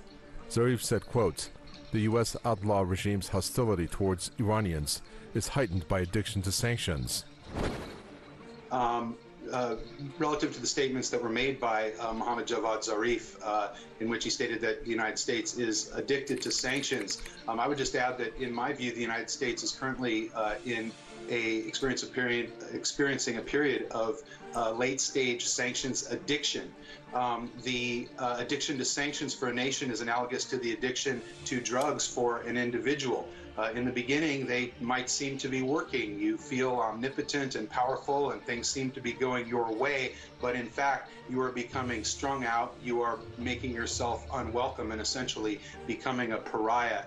The U.S. has been largely isolated in the international community over its stance against Iran. Other members to the nuclear deal with Iran, like Russia and China, as well as members of the European Union, have resisted American pressure to abandon business dealings with Iran. America, however, remains defiant on its path and is expected to impose sanctions on Iran's oil exports in early November. Many of such U.S. sanctions are tied to allegations of human rights abuses by Iran and claims of Iranian support for terror groups.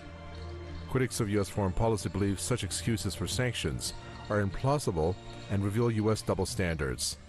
This is because some of America's allies are autocratic regimes with gross human rights records, which are widely believed to be sponsoring international terrorism. Take Saudi Arabia, for example. The regime shocks the world too often with its blatant behaviors at home and abroad, but not even a slap on the wrist from the U.S. Critics believe questionable U.S. policies over the past decades have left no room for the U.S. to play the role of a responsible actor on the world stage. Saudi Arabia confirming out for the first time that dissident journalist Jamal Khashoggi was in fact killed inside the kingdom's consulate in Istanbul. In a statement, a Saudi public prosecutor added that Khashoggi was killed after fighting with people who met him in the consulate. It announced that top military official Ahmed al-Asiri and royal court advisor Saad al-Qahtani have been sacked from their positions. According to the statement, investigations are still underway and 18 Saudi nationals have so far been arrested. Saudi media report that King Salman ordered the formation of a committee headed by the Crown Prince to restructure the country's intelligence agency. Meanwhile, the U.S. president says he might consider sanctions against Riyadh over Khashoggi's case.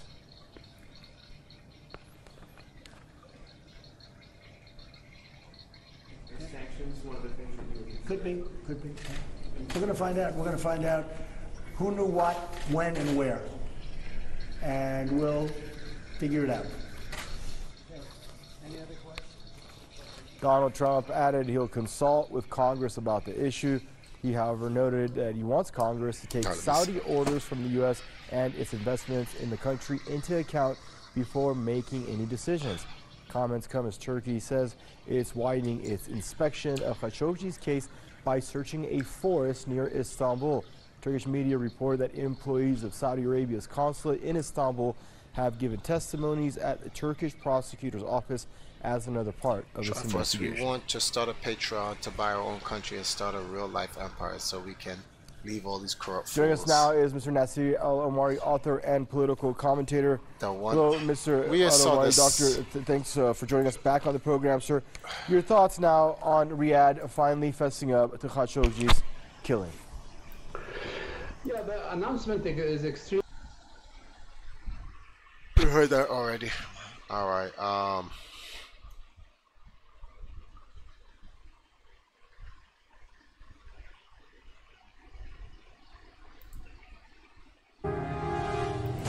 The debate. 1 second, guys.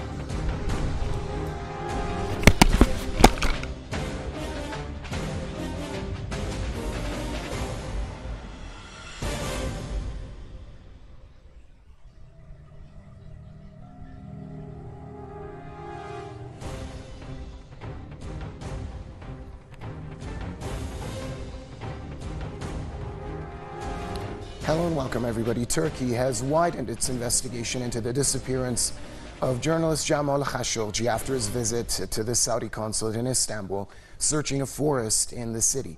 This as U.S. President Donald Trump has said that it certainly looks like Khashoggi is dead.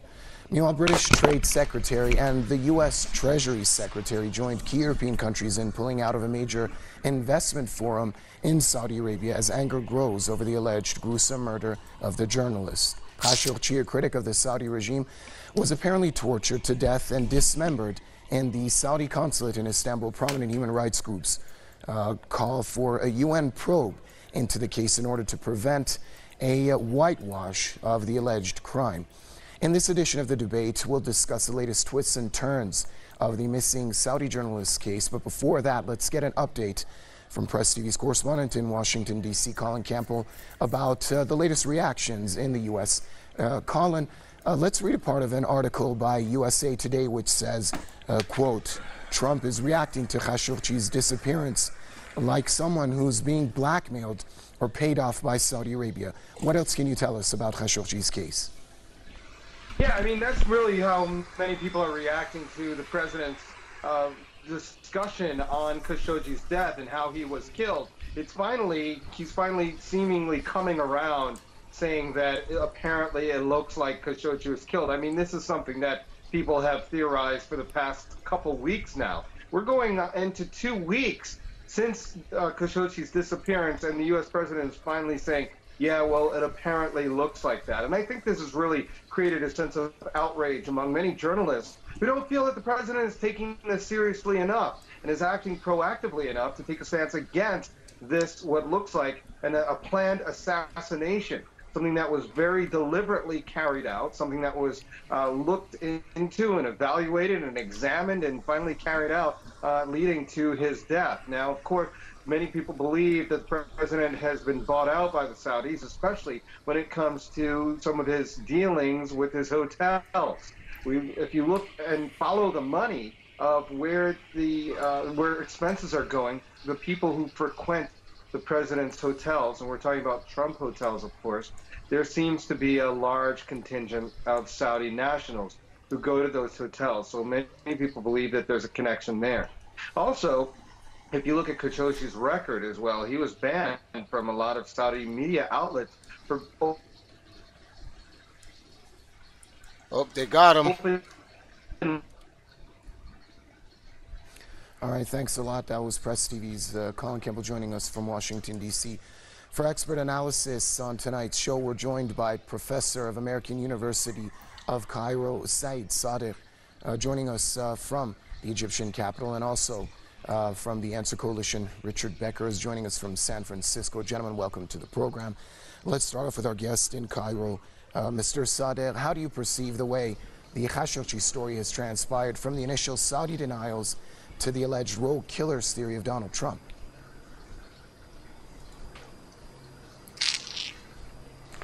As you know, there are a lot of at stake for the American presidency.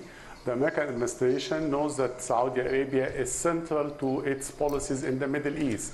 If they want to boycott the oil of Iran, Saudi Arabia will play a pivotal role in balancing the world market. If they want to make the so-called deal of the century, the Saudis will be leading the way and will play a very important role.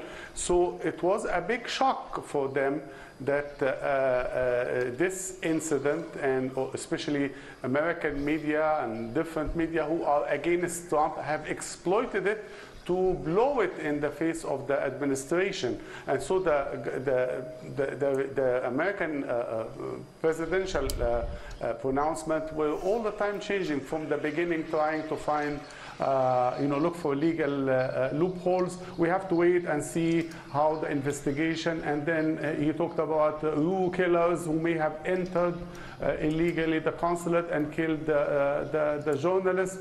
And now he's warning about severe consequences because of the heat coming from the media and the Congress. And also the image of the United States all over the world is being exposed, that they don't care about human rights. All they care about their interests. As long as the money is coming from Saudi Arabia, they don't care about what the record of Saudi Arabia inside or outside. Remember, only recently the Saudi women got the right to drive cars. Where was the United States before that? They don't care. Now, why this issue is becoming important? Because they wanted money, and Trump himself said, if I do what the Congress wants, that we suspend the arms deals with Saudi Arabia, we lose hundreds of billions of dollars of trade, and the Russian and the Chinese would take over. And so the whole thing is basically money. And they don't want to lose that, and so bye-bye with human rights. Let's bring in our guest, Mr. Becker from San Francisco. Mr. Becker, how has Turkey played its hand in all of this? They are promising to share any evidence they find, but it seems that the final answer will be coming from Turkey at this point. Well, if the presentation of the facts is as the Turkish government has presented them, then there can be no doubt, and I don't doubt their presentation at all, there can be no doubt that this was authorized at the very highest levels of power in Saudi Arabia. I mean, their presentation already makes that clear, that the idea that 15 people could come to the Saudi embassy in Istanbul, enter the embassy as a rogue group, carry out the murder and apparently dismemberment of Mr. Khashoggi, and then depart, and that this could happen without the authorization of the very top level of the Saudi government is unthinkable, absolutely unthinkable. If someone did this, if there was an rogue individual that entered the consulate and carried this out, he would have been apprehended and he would end up being executed in Saudi Arabia, as so many people are. I mean, as your other guest said, there's a complete lack of democratic rights, of all democratic rights in Saudi Arabia. Torture is common. Beheadings are common. TriForce. It's completely tolerated by the United States, and we have to remember that League of Legends is the most exciting esport. Were it not Fuck for the United else. States in particular, no game comes anywhere Britain, close to as fucking exciting as this. there would Holy not fuck. be any such thing as Saudi Arabia, the Arabia of the Saud family. It was established in 1932. A few years later, the office of the U.S. oil company there, Aramco, shared the same office as the U.S. Embassy. I mean, this has gone on for a very, very long time, that this relationship has existed. And, of course, as your other guest said, it's based primarily on the money. And that's why you see the Trump administration and Trump himself making all these weaselly statements where he's trying to leave some space for the so-called rogue elements. It's just a joke. That's just a joke. And I think anyone in the world who follows events knows that's a joke, a bad joke. Mr. Sadegh, are you surprised as to why other Arab leaders are staying silent on the issue?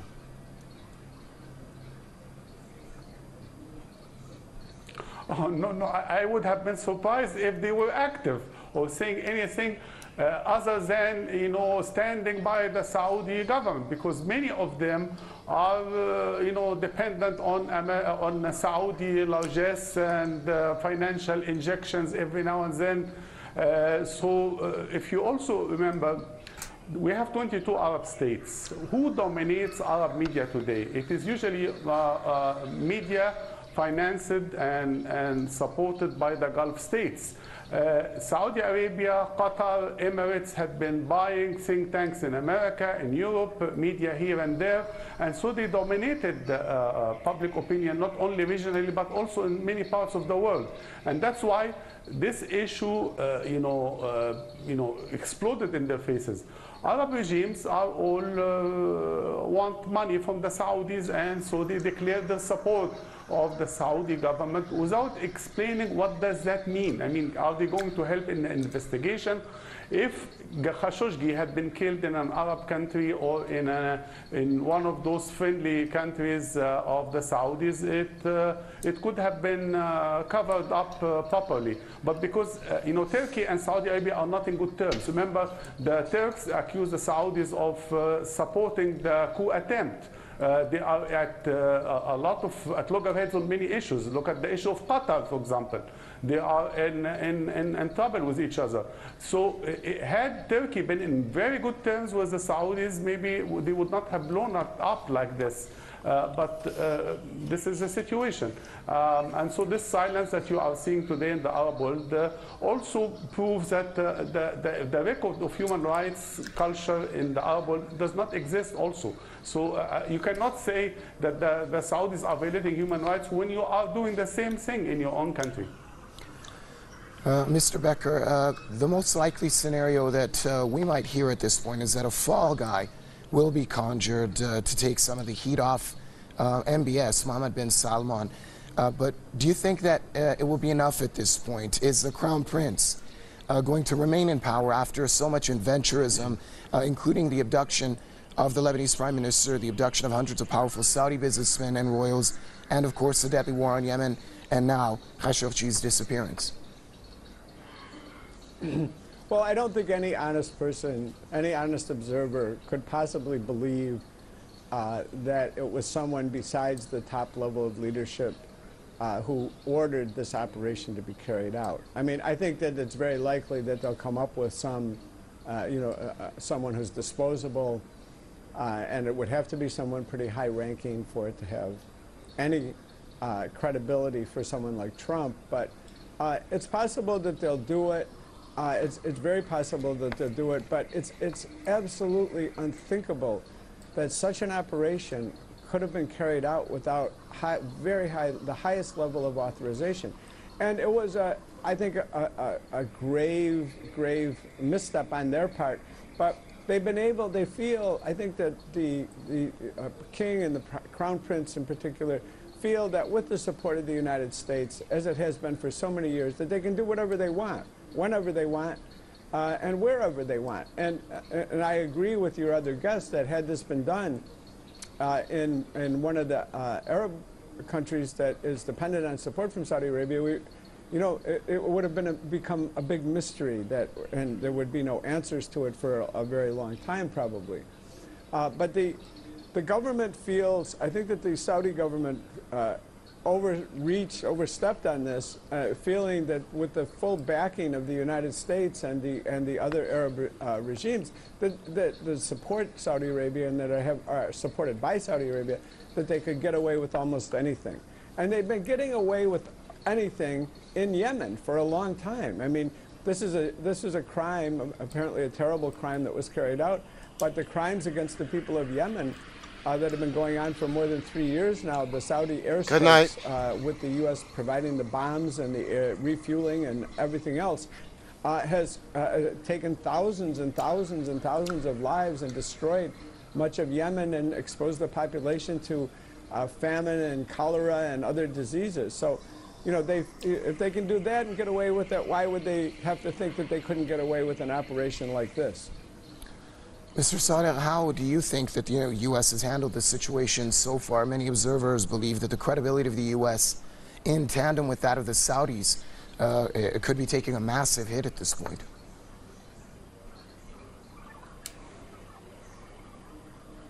Look, Saudi Arabia was created, also the same applies for other Gulf states, were created with the British intelligence. They are being kept alive but with the CIA assistance. So they have always served a functional role, regional important functional role in the area, serving American interests. They played a big role in destroying Syria, Iraq, Yemen, Libya.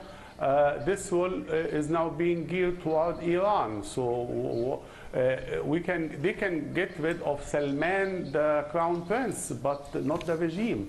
They can hide the crown prince for 6 or 7 months and hire some American PR companies who would whitewash what happened. They can look for a scapegoat and throw him to the dogs, and we live happily ever after, because people want money. People don't care about human rights. As I mentioned before, look at the issue of the situation in Yemen or what happened in Syria.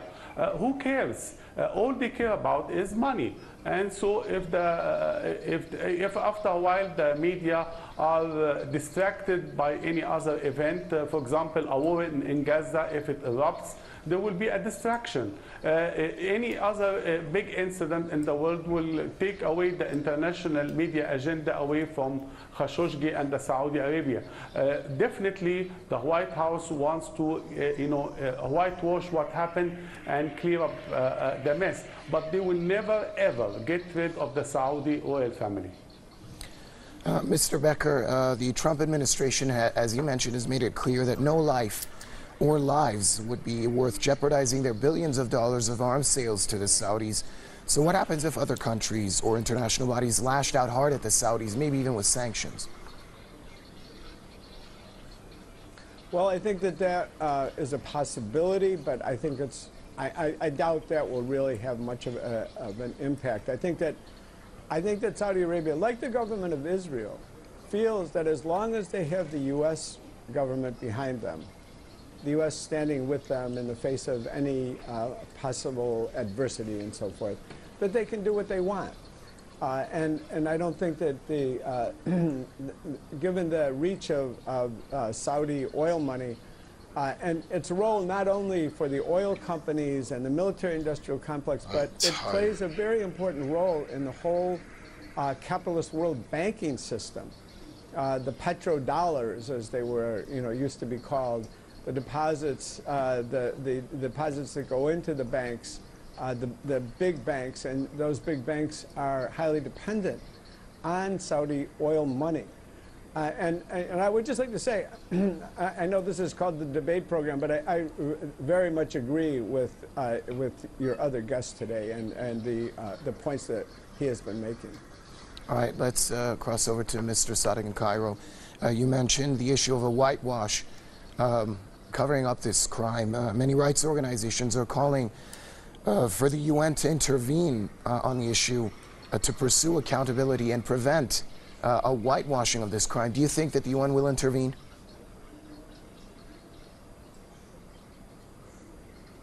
The UN cannot intervene. Remember, you have the United States will have a veto, will not allow it. Even Russia is also playing games because it also wants to have business with the Saudis and the Gulf. Saudi, Russia today had declared that they will participate in the investment Davos conference that is going to be held in Saudi Arabia, whereas many of the European and even the American ministers of economy and finance are withdrawing. That shows you that Russia is interested in going. So how come that would Russia allow bringing this case to the United Nations? I mean, remember also, legally speaking, the incident took place inside the Saudi consulate. This is a diplomatic territory. This is part of the Saudi land. And this is a Saudi citizen who had been, let's say, liquidated. So how can the United Nations intervene in that? And which part of the United Nations? The UN Council will not, the Security Council will not do anything without, the superpowers intervening and supporting it. Why China is silent? China wants business with the Saudis. The same with many countries. Despite the rhetoric and the media attack, the government in the end wants money, and they don't want this issue regarding human rights. Remember the slogan of Trump, money. America first, not human rights first. And Mr. Becker, let's get a final thought from you. A lot of attention, as you mentioned, has been given to the disappearance of Jamal Khashoggi. Maybe now it's time that more attention is given to all the deaths in Yemen, all those innocent women and children that are being killed. Well, in Yemen now, between 60 and 70% of the population is imminently threatened with famine. The cholera epidemic was one of the most rapidly spread in all of history. 1.1 million cases of cholera, thousands of people, mostly children, died. This is a result also not just of the bombing, but of the blockade. I don't think that Saudi Arabia can win in this war, but it's inflicting enormous damage, the same way we've seen enormous damage inflicted on Iraq, inflicted on Syria and Libya, countries torn apart by the intervention, mainly by the intervention of the U.S., but also with the aid of its allies in the region, and particularly Saudi Arabia. So, we see the ongoing disaster there in Yemen, and very, very little about it is said in the mainstream media. And very little is also said about the fact that here Saudi Arabia as a country has never had an election. They have no intention of having elections. At the same time as women were given the right to drive, women who were speaking out were arrested and are in prison today. It's a dictatorship of the Saud royal family, as they call themselves. I don't believe there really are any royal families, but they call themselves that. But they rule, and they rule ruthlessly. Right. And any dissent will get you tortured and imprisoned. And final comments from our guest, Mr. Sadr in Cairo, focusing on the crimes that are being committed in Yemen.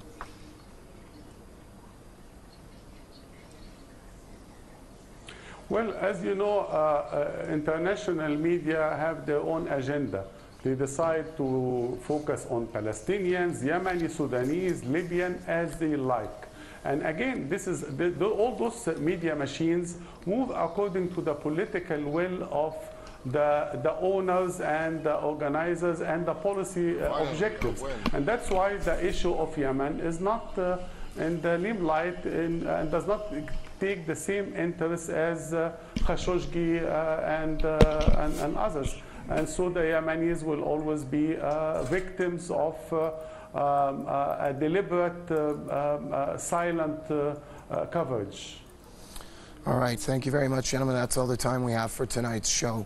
I'd like to thank my guest, Professor of American University of Cairo, Mr. Said Sadr, joining us from the Egyptian capital, and also from the Answer Coalition, Mr. Richard Becker, joining us from San Francisco. Thank you for contributing to tonight's program.